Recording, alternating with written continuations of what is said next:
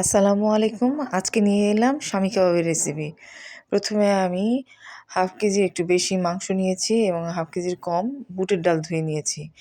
1 চামচ আদা রসুন বাটা দিচ্ছি, দারচিনি, এলাচ, লবঙ্গ, তেজপাতা দিয়ে দিচ্ছি। এর মধ্যে পরিমাণ মতো পানি দিয়ে ডাল এবং মাংস সেদ্ধ করতে দিব। হাত দিয়ে ভালো করে মিশিয়ে দিচ্ছি।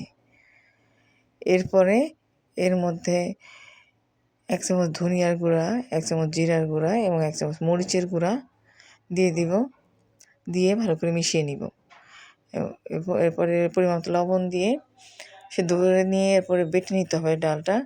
এবং আমি এর মধ্যে পেঁয়াজ বেরেস্তা নিয়েছি এবং শুকনো মরিচ ভেজে নিয়েছি বেশ কিছু পরিমাণ। শুকনো মরিচটাকে হাত দিয়ে ভালো করে ডলে নিতে হবে এবং পেঁয়াজ বেরেস্তার সাথে ভালো করে মিশিয়ে নিতে হবে।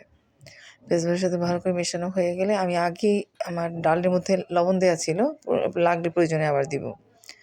ভালো করে হাত দিয়ে মিশিয়ে নিতে হবে। ডালটা প্রথম অবস্থায় খুব টাইট আঠালো থাকবে, কারণ এটা পাটায় বেটে নিতে হবে। ভালো করে হাত দিয়ে কুচলে কুচলে মাখিয়ে নিব।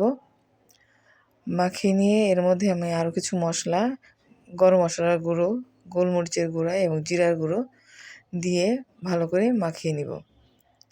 এই অবস্থায় মিশ্রণটা টাইট থাকবে, খুব আঠালো থাকবে, কারণ এরপরে আমি বাইন্ডিংয়ের জন্য ডিম দিব। একটা ডিম প্রথমে ফেটে আমি দিয়ে ভালো করে হাত দিয়ে মিশ্রণের সাথে মাখিয়ে নিচ্ছি। একটা ডিম দেওয়ার পরে আমার মনে হচ্ছে যে কাবাবটা শক্ত, তাই আমি আরেকটা ডিম অল্প অল্প করে ফেটে দিয়ে দেব।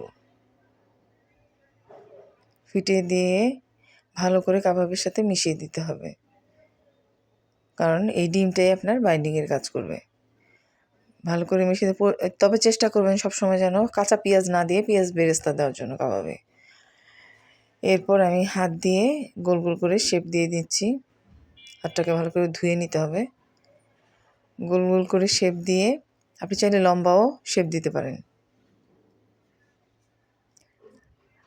এরপরে আমি কিছু কাবাব তুলে রেখেছি ফ্রিজারেট করে, আর কিছু কাবাব আপনাদেরকে ভেজে দেখাচ্ছি। তবে কাবাবটা কিছুক্ষণ ফ্রিজে রাখলে কাবাবটা সেট হয়। ফ্রিজে রাখার পরে তারপর আপনি ভাজবেন। আমার ভিডিওটা যদি ভালো লাগে ভিডিওটি লাইক এবং শেয়ার দিয়ে দিবেন।